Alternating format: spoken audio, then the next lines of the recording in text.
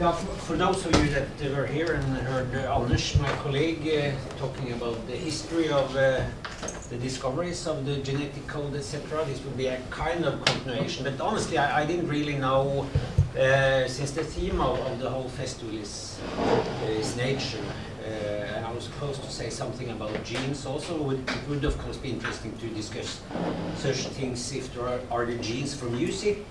If so, do these genes different in different people? Do we have an inherent capacity to enjoy music, or at least rhythms, or is this purely cultural? I might touch upon some of these issues, but at least I'll start with something that is kind of a continuation of the topic that Anders was telling about, and the question is, of course, how hardwired we are, hardwired in a genetic sense. As you will see, actually I prepared this presentation in Norwegian mostly, not on the first slide, so many of the slides will be in Norwegian, but I guess that's okay to probably most of you, so you could see this as a kind of double service with the linguistics in, or the spoken part in English and the written part mostly Norwegian. I will not tell that much about memes, but memes are interesting. I'll tell a bit more about what they are, but memes is something that we typically put in between when we are going to explain something that's, of course, not directly hardwired in the genes, but still like cultural transmission. For instance, music. Why do some pieces of music become so incredibly popular that they are spreading just like in a gene-oriented fashion? And of course, the basic question is whether we modern humans are thrown into this modern world in front of our computers, locked indoor in the offices or dark places like this.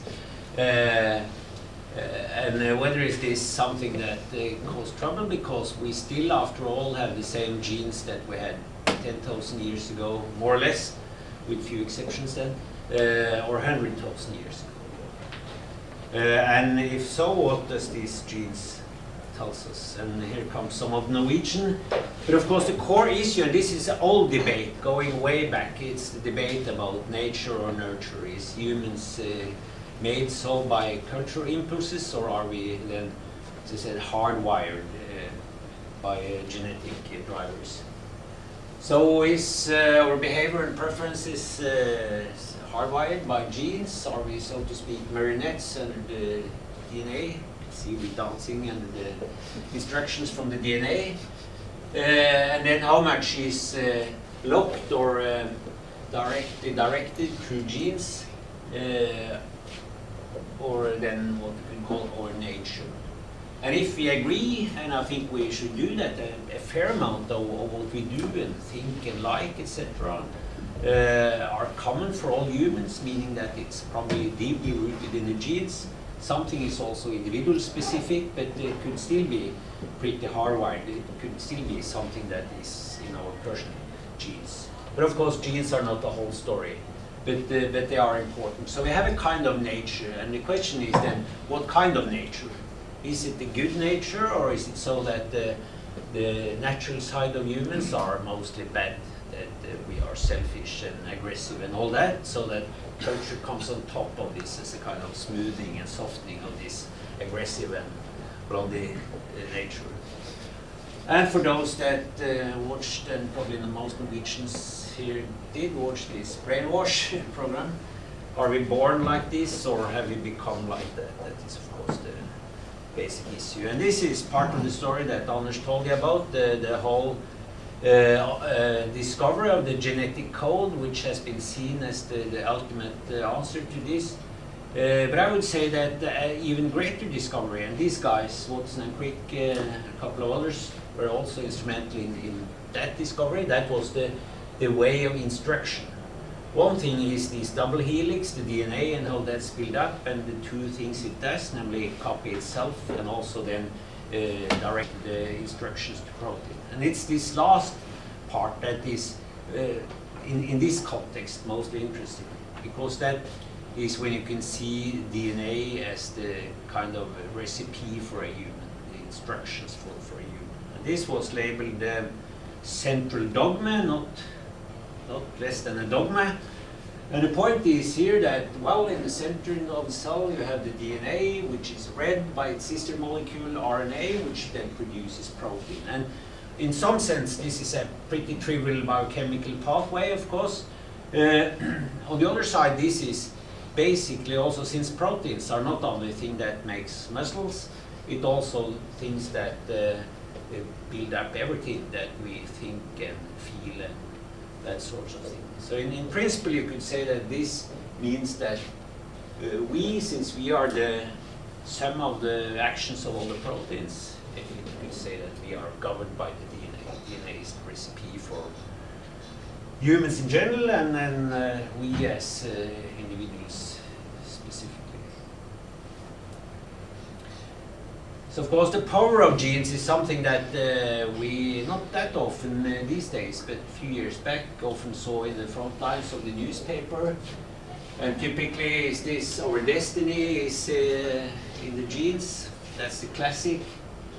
Bad luck can be in the genes. Pretty funny actually. That's something that's completely arbitrarily is also coded in the genes. Yeah, even of course there is a political hint here. So genes can be used for all sorts of explanations, of course. And this is also interesting, where they found these genes for being, what's trofast in English? Faithful. Yeah, faithful, of course, yeah. And the story behind this is quite interesting because they studied different groups of some rodents. And some of these rodents, this is a very specific species. It's a small rodent, seems like a rat. Unlike most mammals, these are very faithful. The couple stay together. And this is due to a hormone, which is a protein again, which is expressed in the brain, which we also have, which is called vasopressin. And after the first hectic period of love is tuned down, which is good that it is after some while, so we don't burn out. Then of course this vasopressin comes in and ties the couple together and also makes us take care of the kids and stay with the family. So it's a very important signaling hormone in the brain. But some of these voles had different gene copies, so they didn't really produce that much of these proteins, and then they became less faithful and started running around, and especially the males that chasing females all the time. So in that sense, apparently a gene for being faithful have been discovered. And we all see the potential problem with this. If you start using this as a kind of excuse, well, don't blame me, blame my genes, if you had a nasty sidestep. And of course this has also entered the court where there have been arguments that the defendant or there's been murder cases, for instance, where genes for crime have been blamed. So it's not the individual itself, it's his or her genes. Well, normally it's his, it's bad crimes, of course. It's in the genes.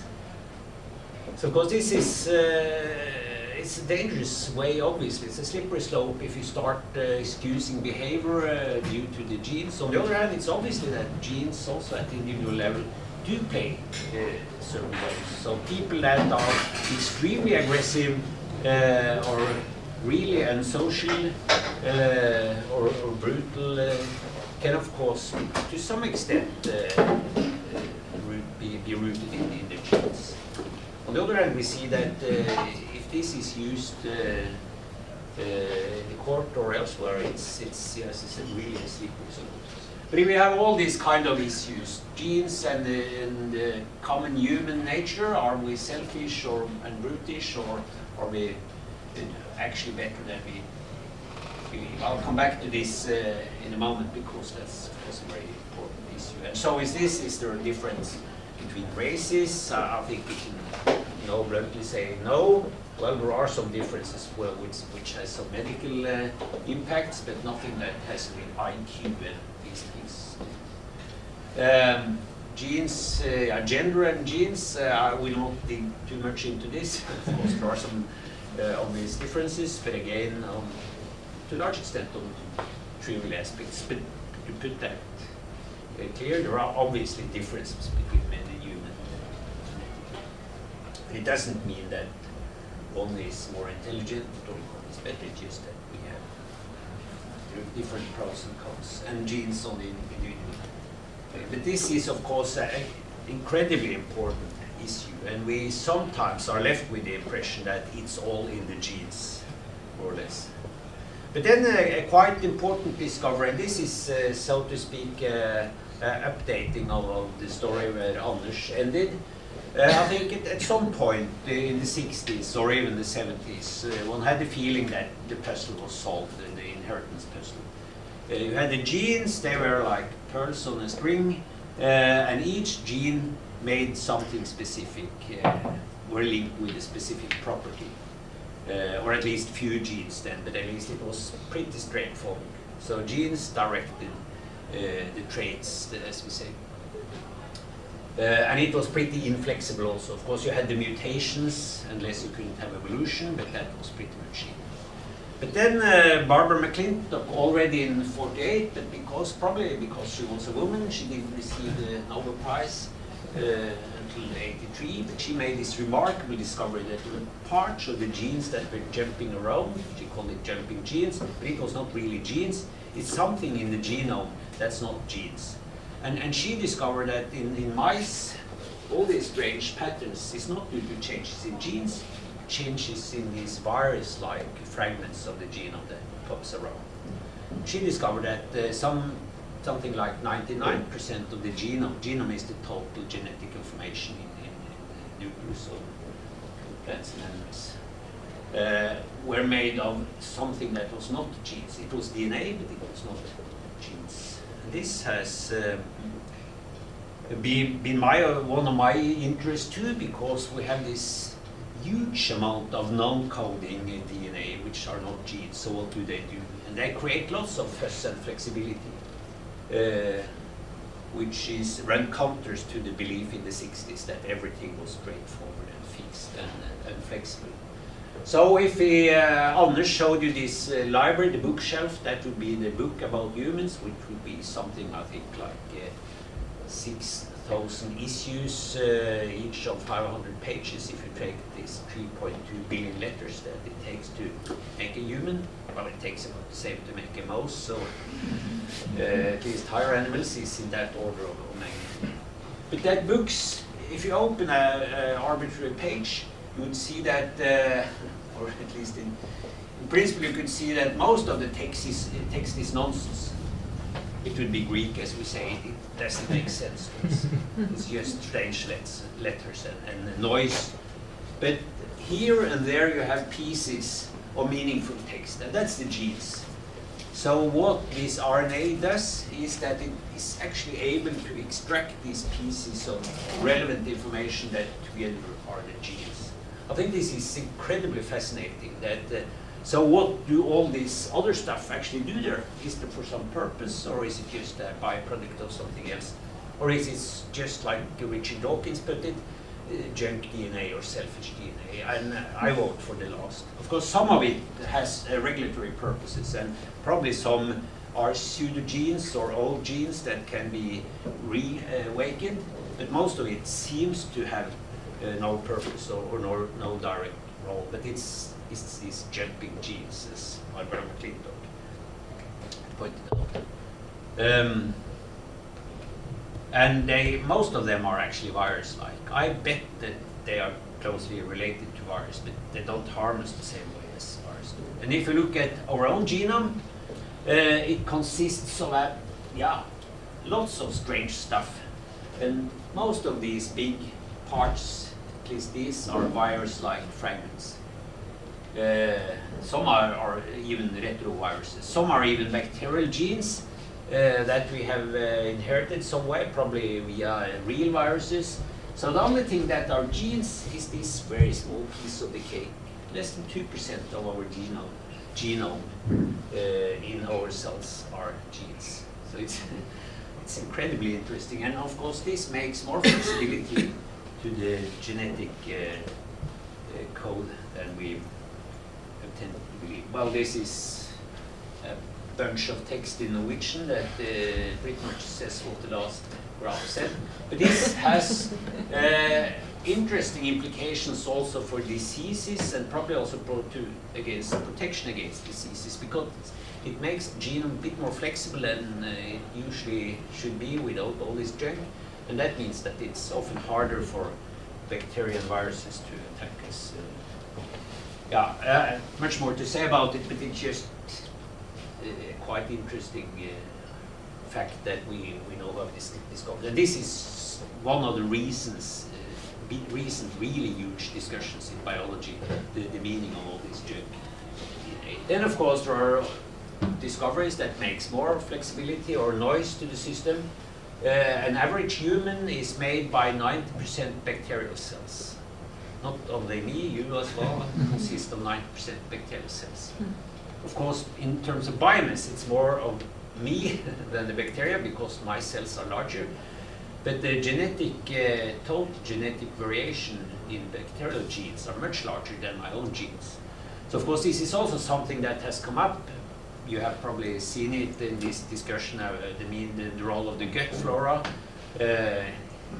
What we eat affects gut flora, and which again affects a whole suite of aspects, not only metabolic, but also mentally. So again, this is, we probably have just discovered the tip of the iceberg here, but we are kind of walking colony with lots of stuff inside us. Most of this is pretty trivial, and it has to do with digestive processes, but it also affects hormones and temper, etc. Apparently to a large degree. So I mean, this classical philosophical question, well, who am I, can be addressed with new insights from all this. And just some fun facts, of course, which comes with this screening of DNA that Anders talked about. We know now that, and we have known for a while, that we share 98% of our DNA with our two closest relatives, the two chimpanzee species, the bonobo and the real chimpanzee. We also know that, I mean, most of these 98% is pretty trivial. It has to do with bodily purposes that are pretty similar in apes and humans. But some of these 2% differences codes, for instance, for the new brain structures and also the volume of the brain. I mean, we have almost 3 times as large brain as we should have compared to our ancestors. And this is embedded, it's huge repetitions of certain genes that makes this 2% difference. And also we know that we have better isolation and we have more effective transfer between the neurons in the brain. And probably most important, we have this new neocortex, the new brain chapters that is where the self is sitting and our ability to make moral judgments. And we also have 4% genes from the Neanderthals, meaning that there was actually interrelations between us. And of course we know that there is a huge mess. Lots of genes affect certain aspects, and certain aspects are influenced by a bunch of genes.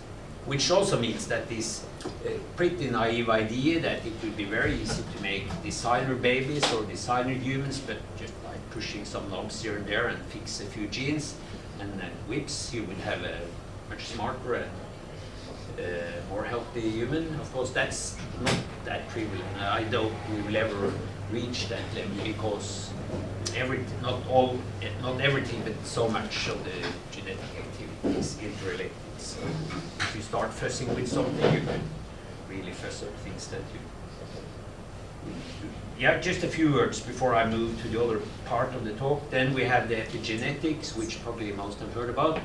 The fact that outside impacts can affect not really the genes, but the way that genes are expressed. So this has also been known for a while, that what we eat, well, even the mental stress, lots of things can affect the expression of genes and with huge consequences.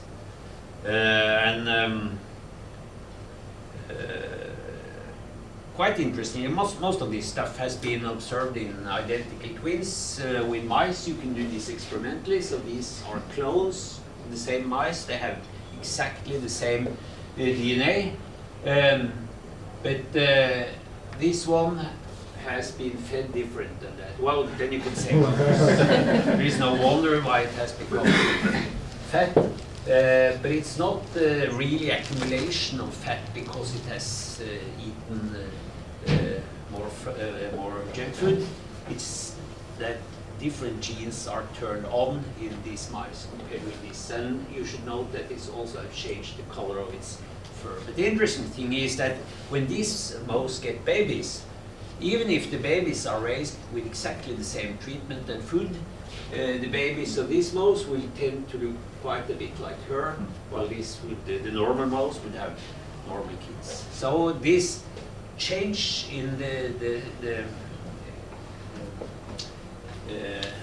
proteins made by the DNA is actually inherited for at least 2 or sometimes 3 generations, but then it fades off. But within a lifetime, it's very important. And even identical twins that are raised in different environments can become pretty different. There's a number of studies showing that, and you can read about it in Tim Spector's very nice book,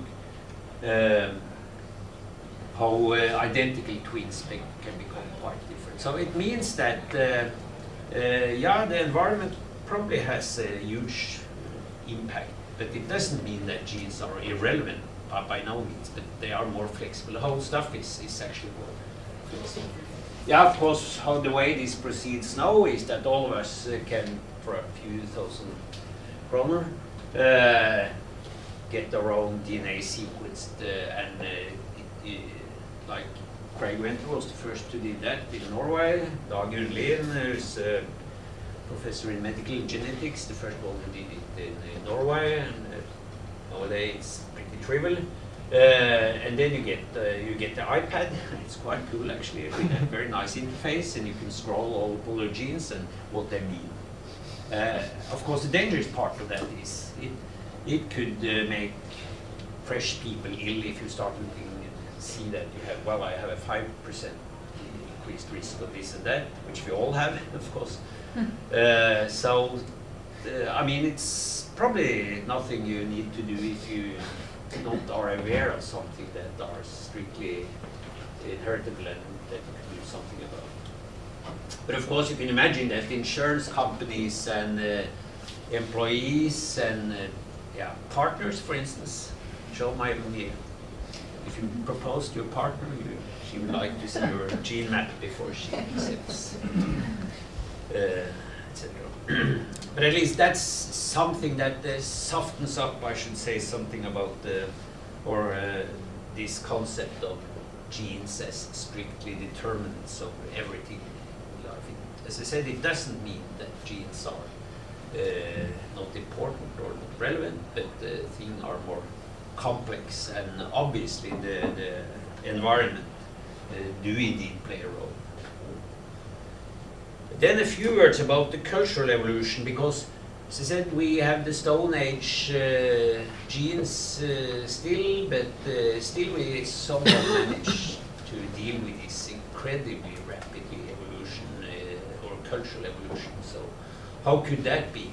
And again, how does ideas spread? How does music spread? Everything that has to do with fashion, music, art, words, for instance. It happens by mutation. Something new comes up, and suddenly it becomes incredibly popular, and it's spreading and it's taking over. Pretty much like classical genetic evolution, except that this happens at a very fast pace.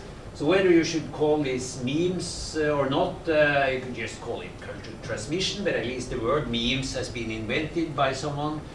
As it's a mix of memory and genes, but it's a way to explain how cultural evolution can spread. Not why, but how.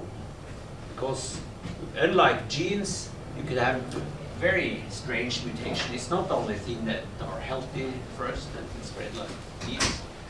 But I think it's a very interesting concept and a kind of parallel to explain how we at least to a certain extent, can keep pace with this rapid evolution. And of course, it's it's running continuously more rapid.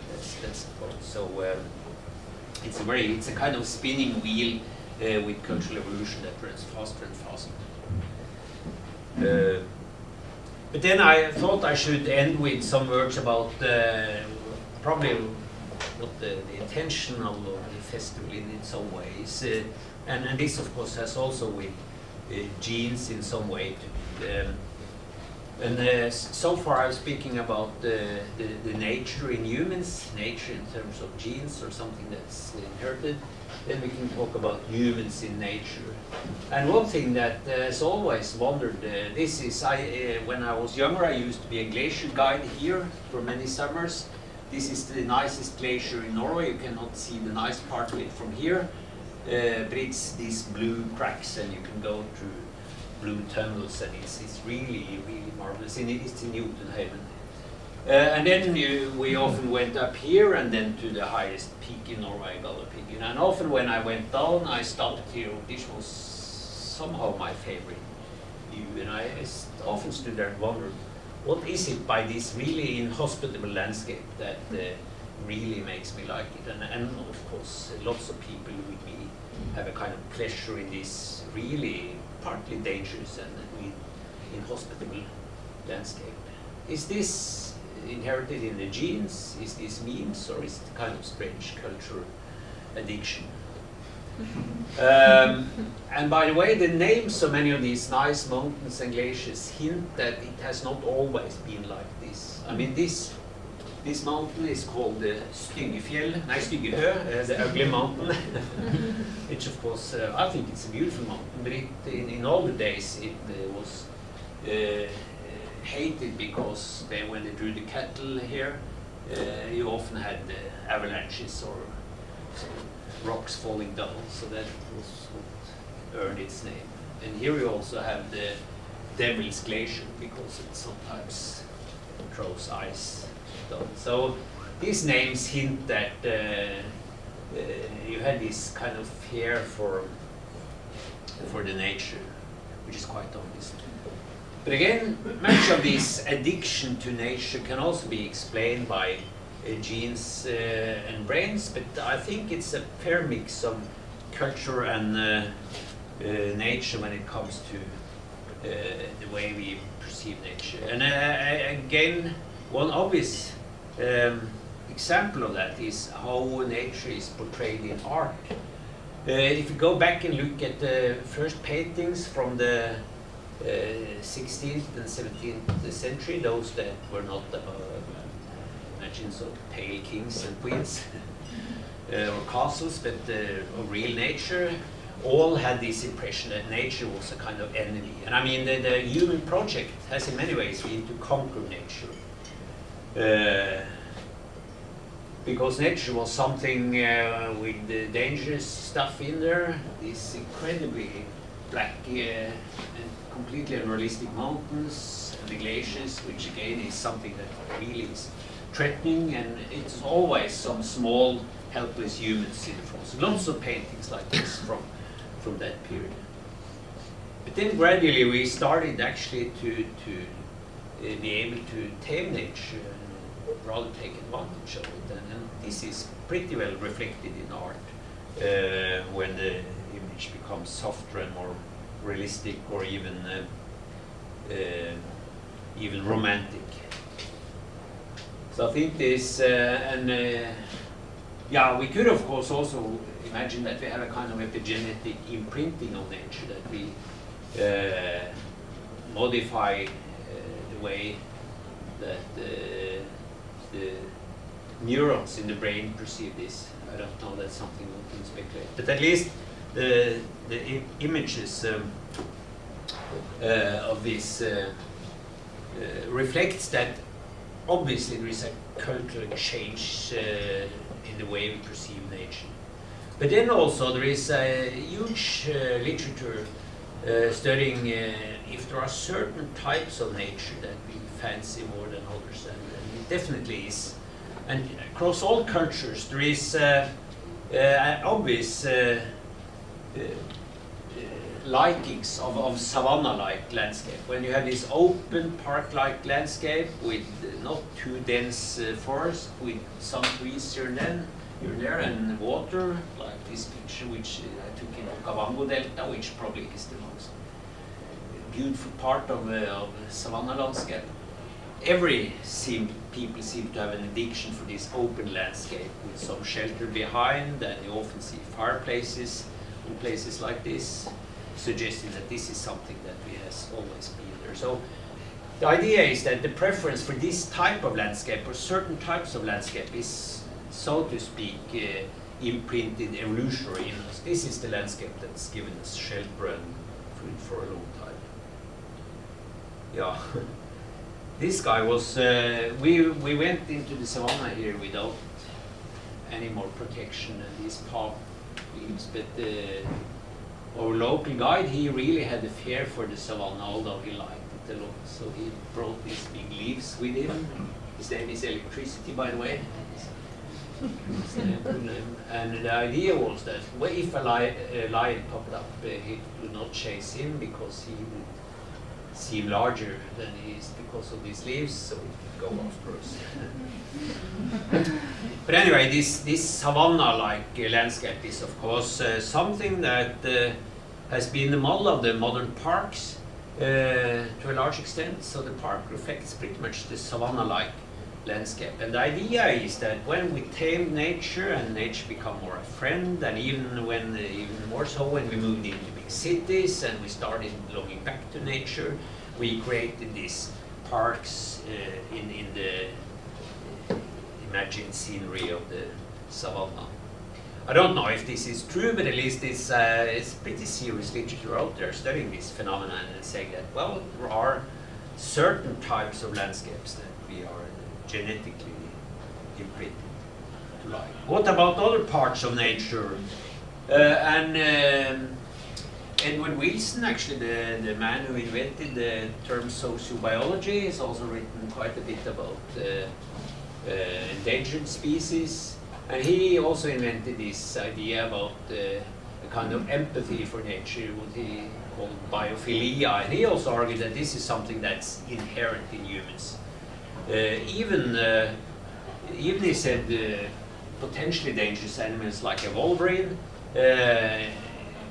has a kind of evades types of emotion that is a kind of biophilia.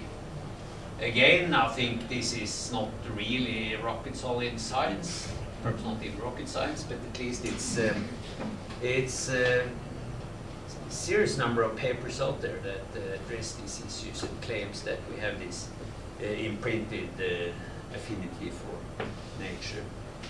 Then also, of course, in later years, it has become more obvious that we really are dependent on nature in ways that we probably have not been aware of.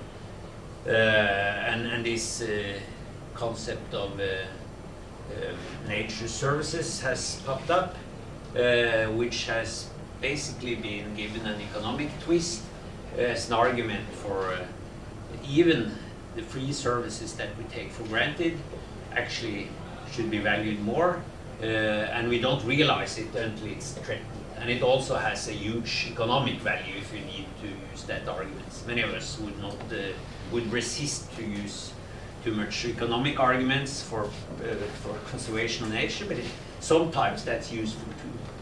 This is a very strange fungus. Cyclosporin is stuff that is extracted from that. This very microscopic fungi was discovered in a mountain plateau in Norway, and it now is sold for billions of dollars every year because it's a medicine that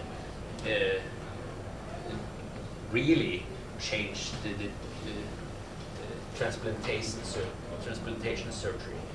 Before, foreign organs were normally discarded, but now you dampen down the immune system, and then so the whole transplantation surgery has become quite a success to a large extent thanks to this. So it's, of course, well, it has a medical value, of course, but it's also a huge economic value. Probably most obvious for most people nowadays is the bees. We don't realize what good the bees does for us until they disappear. It's like that with pretty many things. We don't see the value before they are about to disappear. And just as an example, we can calculate this very precisely. For instance, they are the ones that pollinates coffee species. Lots of plants are actually dependent on pollination from bees and their relatives.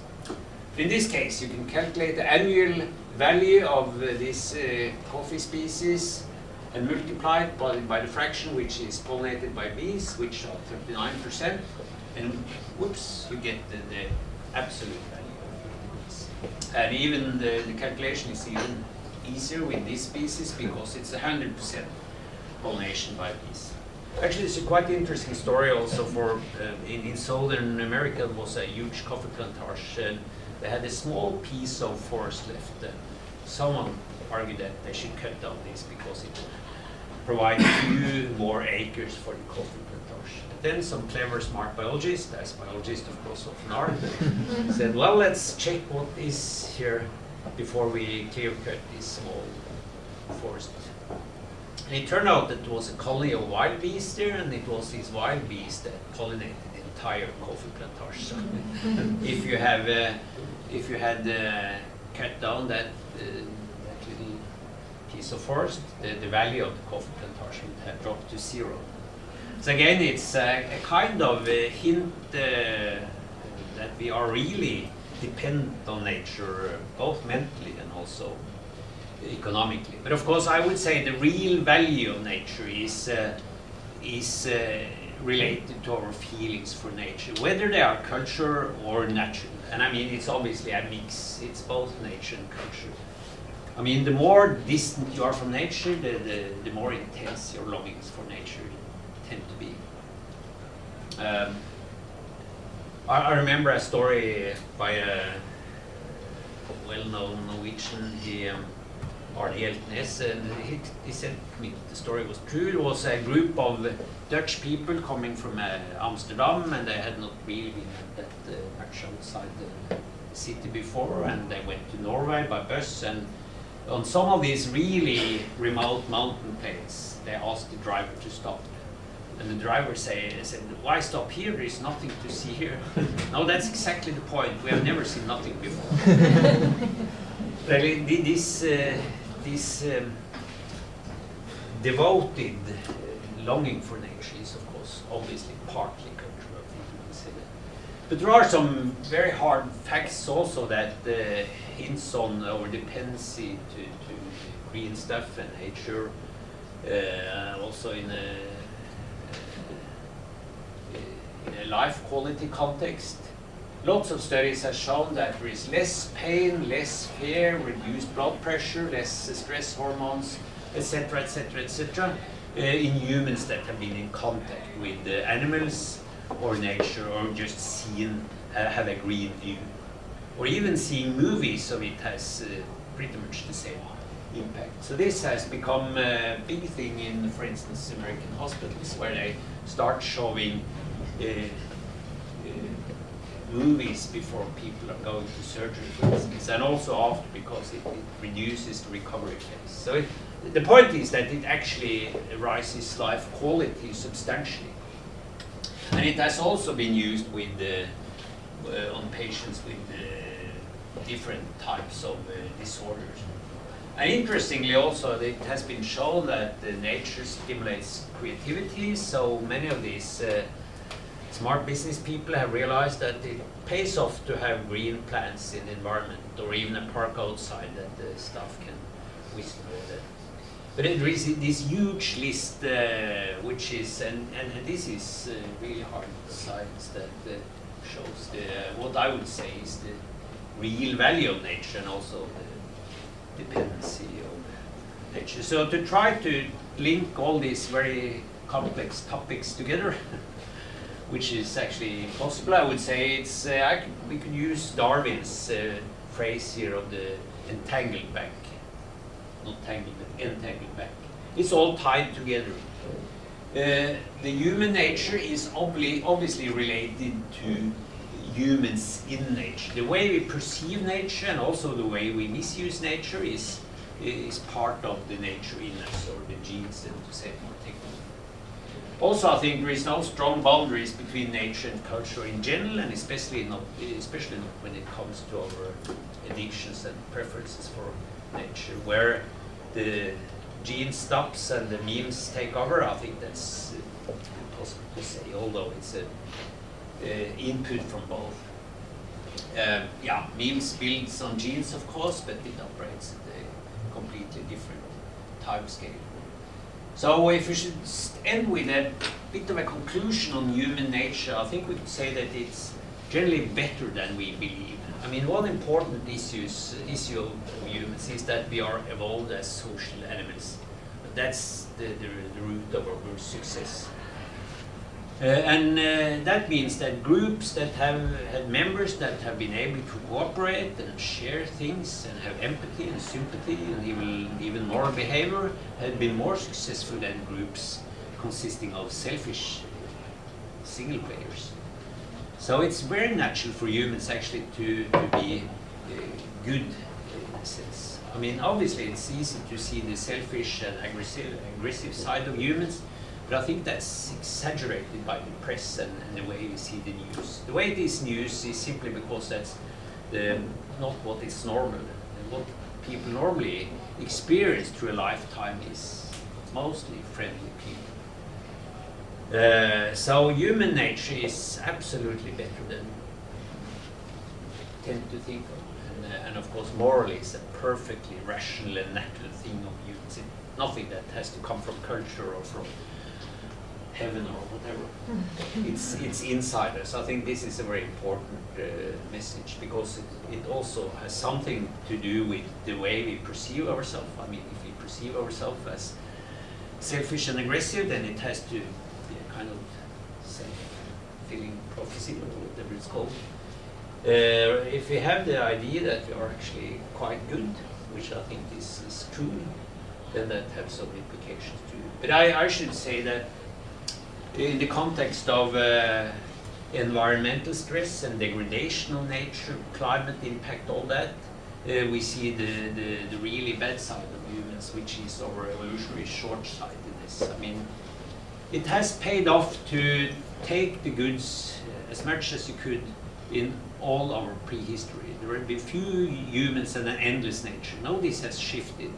So it's an endless number of humans. We are soon 10 billions. And we also, each of us leaves a continuously larger footprint. So of course in that context, being short-sighted and not being able to plan for more than a couple of generations is not a good trait. And I think that's also something that's evolutionary rooted. So it shows that not everything that is naturally is good, which is pretty obvious of course, but just think about our addiction to fat, salt and sweet food, which was perfectly rationally in most of our history, because then there was shortage of these important foodstuffs. Today, of course, when it's plenty and surplus of it, we see that the same addiction is not very smart, but it's still there. And I think it's something also like the same when it comes to the evolutionary short-sightedness. So the conclusion is, of course, that we are not either genes or culture. We are ruled by the genes, but genes are, of course, incredibly important. There is no doubt about it, but there is more flexibility to it than the newspaper headlines suggest. So, yeah, I think I stopped there. Thank you.